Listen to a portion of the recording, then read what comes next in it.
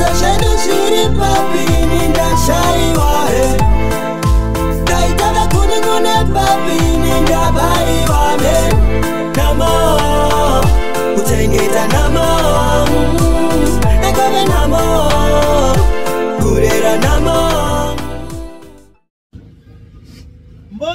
Mbote mingi na biso ba bolingaka maman Eliane Mitu na pesi bino ba mbote ba ebwe ma vipi moko wazima. Est-ce que vous allez bien? Bonne bande ko na bosa bien. Kimi ezali? Wa bino mama Eliane tout ça va bien par la grâce de Dieu. Nzambe ya mawazo batela biso kimia. Kimi ezana ngoya. Se nzambe pesi biso pe maboko etoko biso pesi kaka. Matondo mikendo wa opesi matondo ndenge nzama matondo. Matondo kwa ukuza na ukuza matondo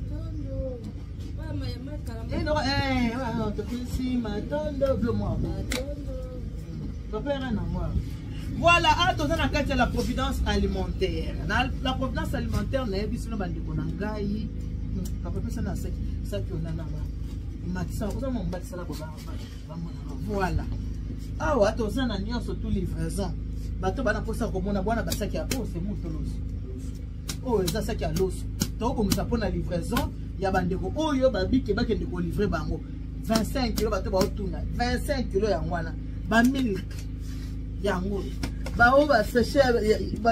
ma futa. Donc, ma futa, on a 5 litres, 10 litres,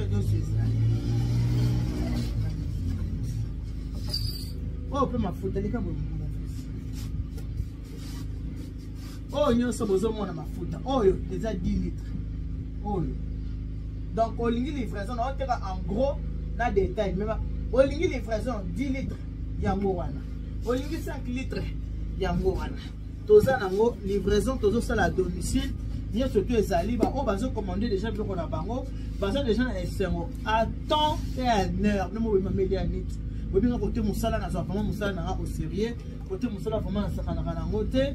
Mokati ba moni saki ya loso ba semu ezali to saki pona ba saki ya ba loso ba 12 kg moko ko ya na ngona ba tala ni ki ba 12 kg combien ma ni ki ba 12 kg combien semu là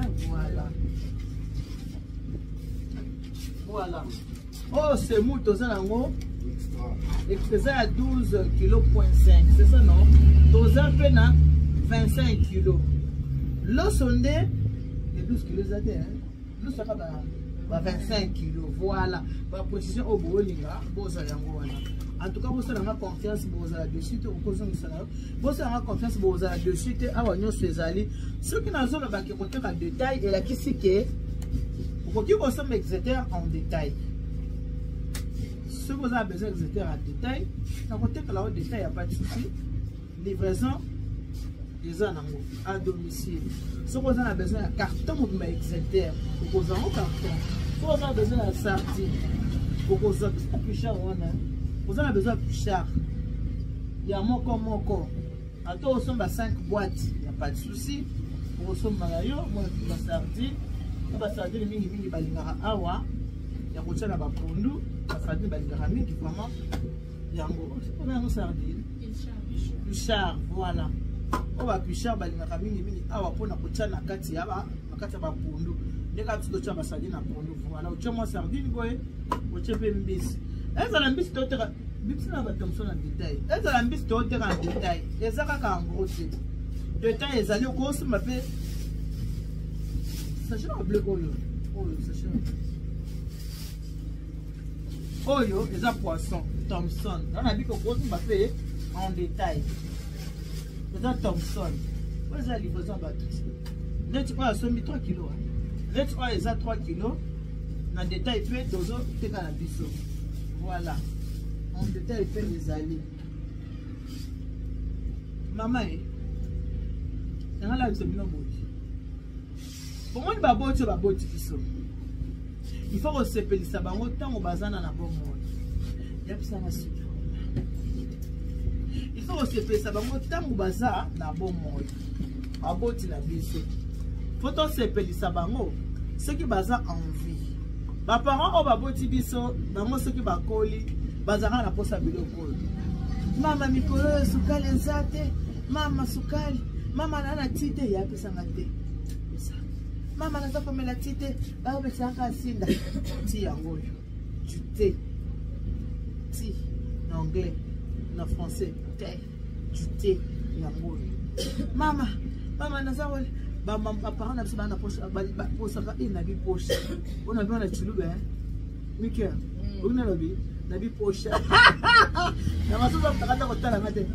Mika ona chilube. Obi ko. Na bi pesa poche. Ona chilube kana. Ngo ba mama luba ko ba suna mimi sala na muno. Balo ba ngo bo.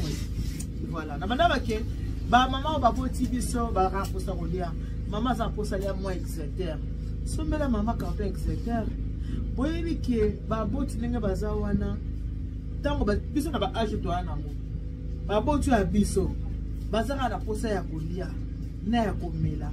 C'est tout parce que ce qui mo boti na yo aza suna bo moite a to la tse ba grand super ndenge ni. So aza suna bo moite a to kundiye soki na montagne ni azomona te ezolo beloko moko te. Soko azana bon moi. Tie liputa na nzoto alata. Soki moboti ana bon moi. C'est ça sukali chaque mois ezanga te. Miliki nete be ona lingala miliki. Miliki ezanga te. Mama lia bien ndoko mama ezanga mafuta te. Ndoko mama ezanga mafuta te. Et puis mama azana bana na poto azanga biloko te. Mama koza nga biloko te. Papa, yo pe mo sobala. Bo kilo.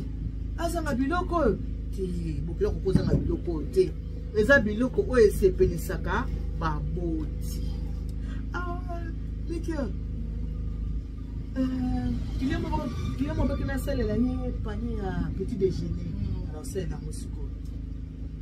Maman fali a papa fali a foba sepela parce que ça va sur na bon moité. Ata o papa kufi mama kufi. Ata ba sesi ba katafala ngwa ndenge nini. Ata ba décoration ndenge nini. Ata ba takintu eni ba yeko beta. Ata ba yuda di Congo ba yeko beta. Akomona te, akolamuka te. C'est le moment ba profiter tant baza na bon moy. C'est le moment baza mo sucre na bango ba mela. Semela bango moi sardine, ce qui peut plus cher, bachana pondu, milk na bango ezanga te, café na bango ezanga te, c'est très important bandeko. Na yango mama ile ya mitu na yako tangisa bino, ke nyonso ezana ngo, nyonso ezali. Bazana nyonso. Bino mo boyebi ke la providence alonga nzala. Wana mo boyebi yango ti, ke la providence alonga nzala. Mutu sabi ke la providence alonga nzala. La providence alonga nzala. Bongo la providence alimentaire.